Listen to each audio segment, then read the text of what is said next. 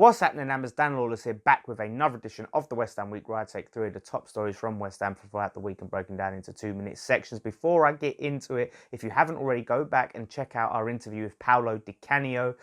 Really good interview, got some good insight with him. We want to try and get a longer interview with him, but it was a nice, quick interview just before he went in and done his event. So do check that out. Also, I want to say a big thank you to everyone who came from last week's video over and supported and subscribed to my other channel, Damo and Jace. Really appreciative of that. And now we're just 14 subscribers away from the 400 mark. So cheers, guys. Anyway, let's get into some topics. Start the timer now. So Manuel Pellegrini has caused a bit of a stir on social media this week when he was at a press conference and he was asked about Declan Rice, if he was worried with Declan Rice, garnering so much praise and doing well for England and things like that, if he's worried about other clubs sniffing around. And Pellegrini honestly answered, if the price is right and if it's a good deal for the club and it's good for the player, it can happen. And now the media took this and ran with it as if to say, yeah, Rice is for sale. And fans are having a big meltdown, go, oh, we're selling Rice. It's like, if you listen to what he said, he hasn't said anything earth-shattering or groundbreaking. This is true for every single club in the world, what he has said. If you ask any single manager and they answered truthfully, if they said, oh, you worried about other clubs buying this player, then, you know what I mean, any club can buy it. If the price is right, clubs will sell. And we've seen it, obviously, the likes of Neymar going to PSG and flipping Man United paying 90 million for Pogba and things like that. It doesn't matter who you are. If the money is right, then, your player can be sold. It's true for everyone. And this is probably the big reason why managers and football players aren't that honest in interviews, and they're very political because they're worried about their words getting twisted and turned. And that's what I've seen, people online, just having a big meltdown over it. Oh, I thought it wasn't a selling club anymore. Every club is a selling club. Every single club is a selling club. That's what I'm telling you, if the price is right. And if the price is right and it's good for the club, I will go with it. I love Declan Rice. I'd love him to be our captain for years and years to come. But if it's a really good deal, then why not? Andy Carroll. I didn't get enough time to really go into that, so I might have to get in the comments and dig that one out. Andy Carroll is our good friend, ex-employee, has come out and said Andy Carroll seems to have definitely played his last day and will not get his contract renewed in the summer. It's kind of like what we'd all expect, but with West Ham, you just never know.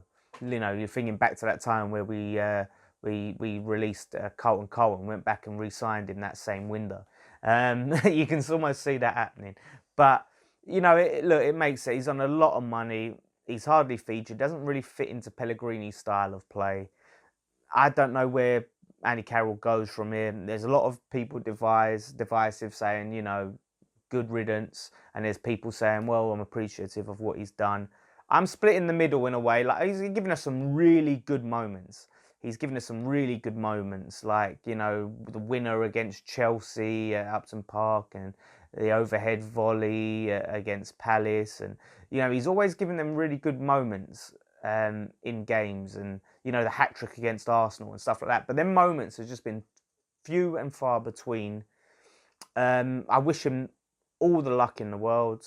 But I just don't think he took his career seriously enough while he was with us, or in fact throughout his career. And there's been a lot of people that have played with him that have come out and said that. And yeah, I just think it's long overdue. It's long overdue.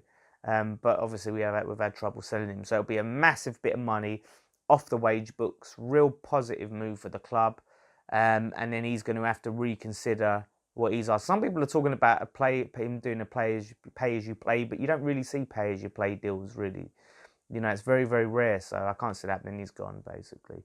So in terms of players coming in the summer, again, ex-employees come out and said we're still trying to hammer through a deal for Maxi Gomez. I'm also interested in Mitrovic from Fulham. If and when they go down. Yeah, I mean, like, this is another thing. Both players, I think if we was to get both, I'd be very happy with that. I'd be very, very happy with that. And this is another thing I've seen people say. It's like, well, look, if you're looking at £25 for Mitrovic, £25 million, sorry, £25, £25 million for Mitrovic, that's our budget gone. Like this, and again, having a little bit of a meltdown.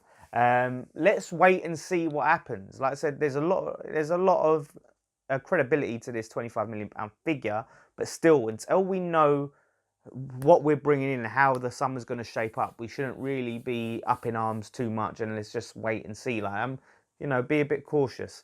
But Mitrovic and Gomez, yeah, I like the look of Gomez. Obviously, unproven in the Premier League.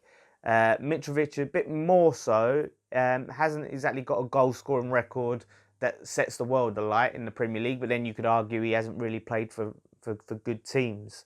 But then you can also argue in the past few years we haven't really been a good team. But I'm hoping that if we get him, look, we're finding our feet. The team's starting to gel, and if he can fit into place. But they're saying like that he's saying Gomez could be the Arnautovic replacement and Mitrovic the Andy Carroll replacement, which is very interesting. Like, because to me, I'd like to see Arnautovic still stay if need be, because he is proven. Like, he is a proven goal scorer. He's a proven threat. So if we can get his head right and get him settled back, then we can keep him. But yeah, I'd be happy with both players. Let's see what happens. It's so hard sometimes doing this in 2 minutes, because sometimes you don't get to clarify everything what you're saying. So then the comments come in the bottom, and then you've got to clarify in the comments. So that's what I'm saying. So anyway, I look forward to having that dialogue with you guys and having that chat.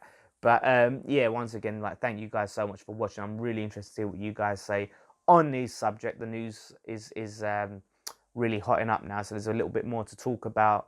Yeah, do go check out the John Hartson and Paolo Di Canio videos. And yeah, like I said, if you guys, if you haven't already, come and head over to my channel with my two best mates, Dan, Damo and Jace, and follow me on my weight loss journey. I'm doing a weight loss journey. Listen, I don't know if you noticed, but, I need to lose a few pounds.